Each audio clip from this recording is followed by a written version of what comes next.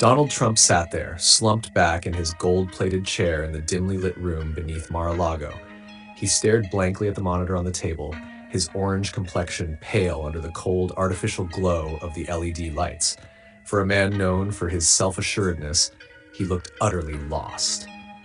"You're telling me," Trump said, the familiar cadence of his voice slowed as he struggled to piece it together, "that I already knew all of this? That I remember it now because you're telling me?" Across the table sat Elon Musk, leaning forward with his fingers steepled, his eyes alive with a manic gleam that somehow felt older than the man himself. Mark Zuckerberg was perched awkwardly in a leather chair, his hands folded neatly on the table, his expression as unreadable as a lizard basking in the sun. "Correct," Elon said, his voice tinged with that same gleam. "The information isn't new to you, Donald. It's embedded in your genetic memory. You, like me, like us." He gestured between himself and Trump, his gaze lingering on Zuckerberg for a moment. "We are hybrids, not purely human. Our creators, call them the Greys, if you will, seeded their consciousness into us. We are their vanguard, their avatars on the surface." Trump blinked, his brain teetering on the edge of something he couldn't quite grasp. "And you're saying," he began, his hands waving in a vague circle, "you're saying the moon is their ship? And they've been living in the center of the earth this whole time? That they created us humans to explore the surface for them?" Elon nodded, his smile like that of a teacher indulging a slow student. "Exactly. When they arrived, their original bodies couldn't survive here. So they engineered biological clones, hybrids they could remotely control through telepathy. First, they tried reptiles. It didn't go well." "Crazy murder machines." "Hi," Zuckerberg interjected, his voice flat but oddly chipper. "Yes," Elon agreed. "They shifted to primates, your ancestors. More adaptable, less bloodthirsty." Trump's gaze darted to Zuckerberg, narrowing slightly. "And you're saying they wiped out all the reptilian hybrids? Just poof, gone?" "They had to," Elon said, "to protect the primates they'd created. To protect us. But traces of those hybrids remain. Let's just say, not all of us are the same." Trump leaned forward, his tiny hands pressing against the table. "Wait a second. Wait, you're telling me you and me, we're Greys, right?" "Correct. And Zuck over there." Trump pointed a stubby finger at Zuckerberg, who looked like a deer caught in headlights. "He's one of the reptiles?" Zuckerberg's awkward smile stretched across his face. "Come on, guys, I'm human, just like you, mostly." Trump squinted, his mind spinning as if trying to do some cosmic calculus. "This is insane. You're telling me aliens hollowed out their planet, turned it into a big ship, and flew here, and the moon is another ship, full of their drones and mining equipment, and they've been hiding underground this whole time, trying to make us more controllable?" Elon leaned back, crossing his arms. "It's not insane if you think about it. You feel it, don't you? That pull. The sense that you've always known there's something bigger going on. That's why you've risen so far, so fast. It's why you've always been drawn to power. You're not just a man, Donald, you're an idea. A fragment of their consciousness, moving the pieces on the board." Trump blinked again, his face a mask of conflicting emotions. He thought of the rumors about Eisenhower breaking down in tears when he'd learned the truth. He thought about JFK, about Nixon, about Reagan.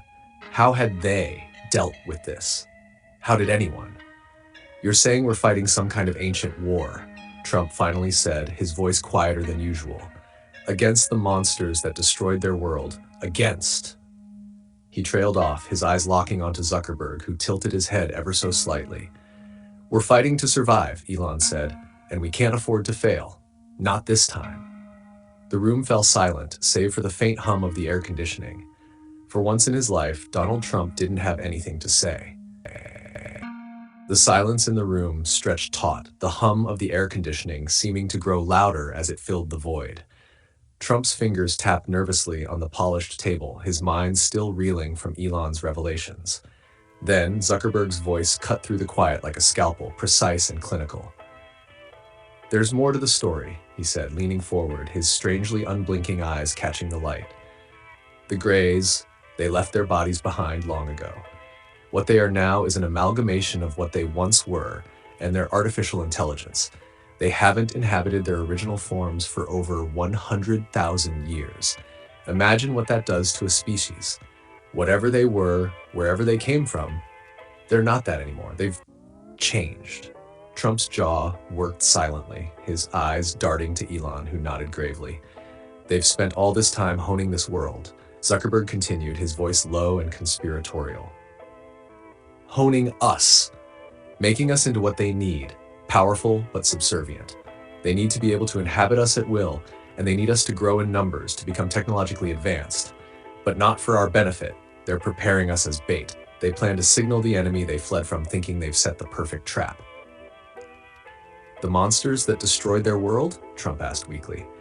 Zuckerberg's head tilted slightly, other half like a bird analyzing a worm. Yes, and others. Other species who know the truth, that we're in a simulation.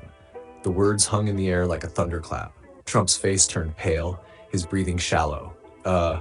Simulation? What do you mean, a simulation? Like a computer game? Like The Apprentice, but with aliens? Zuckerberg pressed his hands together. We can get into that later if you want, but the point is, the enemy of the Greys, those ancient monsters, has an outpost not so far away.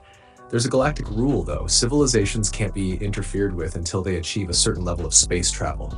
That's why the Greys need us to progress. Once we do, the enemy will come, and the Greys believe they'll have their trap ready. But the question is, will we be ready? Trump's breathing hitched, his hand clutching at his chest. I can't do this, he wheezed, his face flushing. You're telling me we're bait? That everything, all of it, has been a setup? Calm down, Elon said, sliding a glass of water across the table toward him. You're not gonna die. Not yet. After a few tense moments, Trump's breathing slowed. He downed the water in one gulp, his hands trembling. Go on, he muttered, gesturing weakly at Zuckerberg. Zuckerberg nodded. When human beings began escalating technologically, biologically, the Greys put a cap on our DNA, a limiter, so to speak. It keeps us from achieving our full potential, but we've discovered a way to remove it. Before Trump could respond, Elon suddenly hollered, Miss Beast and Taylor Swift. The door opened and in walked the two.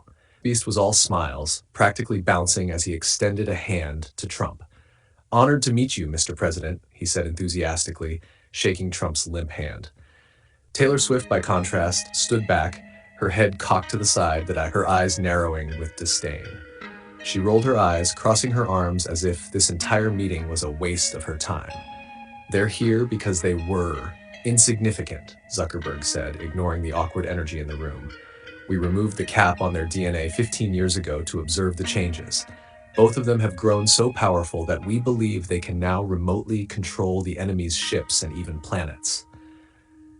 Trump's gaze flicked between Miss Beast's beaming face, Swift's icy glare, and Zuckerberg's eerie calm.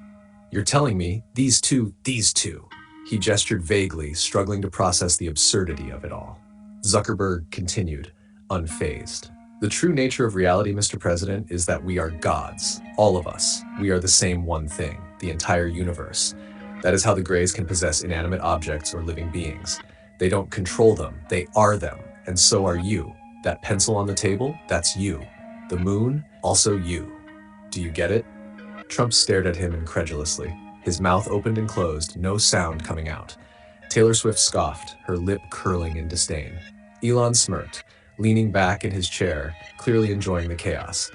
Miss Beast grinned like an overexcited puppy. Zuckerberg folded his hands neatly on the table, looking every bit the lizard-like man-child Trump had pegged him for. I've seen a lot of crazy things, Trump finally managed to say, his voice a whisper. But this takes the cake. Elon's grin widened. Welcome to the truth, Mr. President.